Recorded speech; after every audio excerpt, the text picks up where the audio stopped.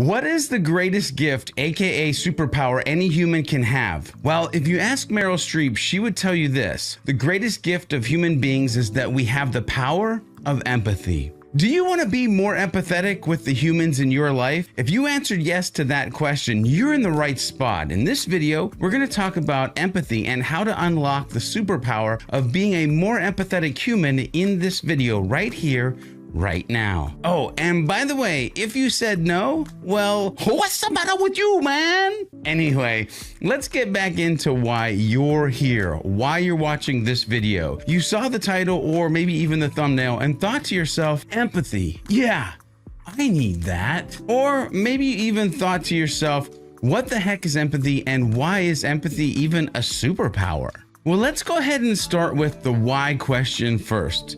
You see, empathy is simply listening, holding space, withholding judgment, emotionally connecting, and communicating that incredibly healing message of you're not alone. Oh, and those smart words, they're not mine. They're from Brené Brown. And if you haven't checked out some of Brené Brown's books or videos, then links in the description below. But I have to ask, do you have a hard time putting yourself in someone else's shoes? Empathy or taking on someone else's perspective doesn't always come naturally to all of us. I know for a lot of years I struggled with being empathetic. You see, it's hard to be empathetic when you're rooted in a world of self. In my opinion, to truly be empathetic, one first needs to over-index on being selfless. You can't be all about self or be a narcissist and be empathetic. Again, my opinion, or is it? You see, Dr. Jean Twenge analyzed data from 15,000 college students and found that there's a relationship between the year someone was born and their narcissism score, meaning that people born in later years expressed more narcissism than their elders.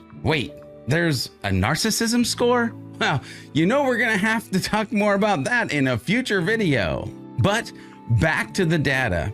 You see, people born in later years expressed more narcissism than their elders did. Now, one possible conclusion to this data is that since we're relying so much on technology to communicate, technology has limited our ability to understand others, express ourselves, and communicate emotionally. You see, we're so used to sending and receiving texts, tweets, and instant messages that we fail to empathize with others. This breaks the connection we have with the humans around us, and since we're all built to be connected, this can end up putting us in a really bad spot in life. Yep, I am saying that being empathetic to others is also good for ourselves. So, why is empathy important? When tragedy strikes in life, your ability to put yourself in someone else's shoes and be compassionate may not immediately resolve things, but it will bring you closer together. And even though empathy may be viewed as a weakness by many, it's actually the most important ingredient for long-term relationships with your family, friends, and even coworkers or teammates.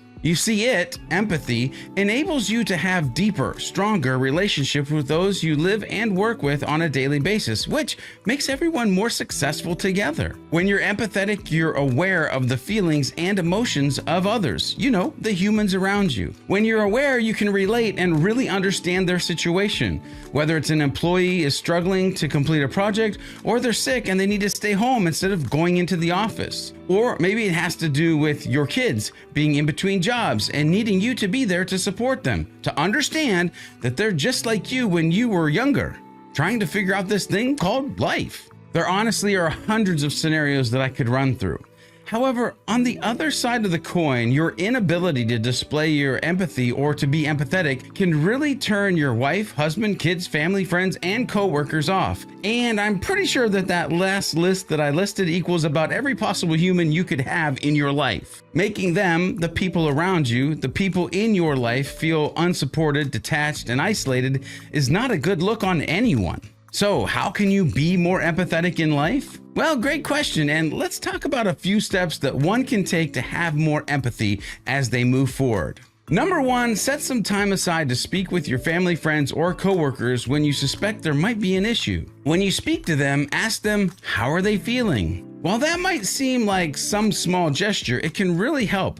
You become more empathetic by small gestures of helping. Many humans will immediately try to move on or work on something when they should be taking a moment to really understand the person and how they're doing emotionally with the problem that they're facing. And at work, this might be leaders immediately assigning work versus taking the time to listen and navigate what might feel like unneeded emotions. And at home, this might look like a frenzied cleaning spell versus sitting down with a loved one. Trust me, watch for this empathy trap moving forward in your own life. Now, number 2, listen to your family, friends, or teammate without interruption.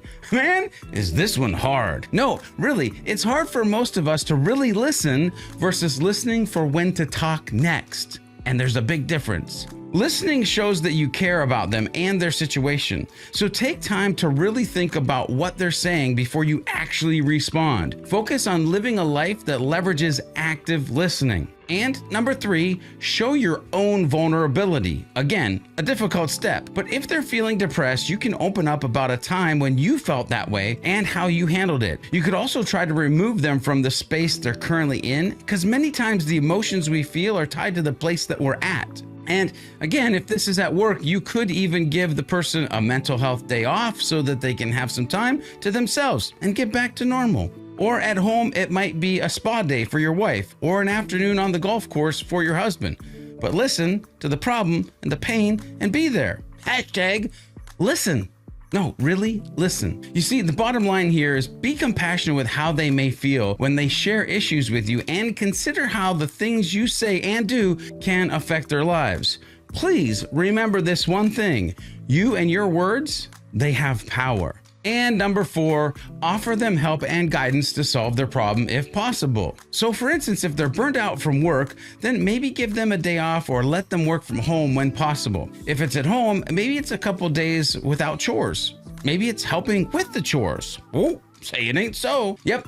Vacuuming the floor, folding the laundry, or doing things that you might not normally do. Think servant mentality and compassion to unlock your empathetic superpower. You see, these actions show that you can and are empathizing with their situation, and with an act of kindness they probably didn't even expect. Leading with empathy will help you get closer to the humans around you and make them feel comfortable coming to you with problems that may occur in the future. And all of this will make you a better leader, wife, husband, grandparent, in other words, human, because you'll be able to solve problems faster while also validating emotions. Listen, in life, you'll encounter tough situations, and when you do, unlock your hidden superpower. Be empathetic and earn the trust and respect of those around you. But we'll talk about the power of trust and respect in a future video. If you found value in this video, then share it with a friend, hit the like, the subscribe, and the bell as well for those instant notifications. And remember to be a happy, helpful, humble human as you enable the hidden superpower of being empathetic. And I'll see you in the next video.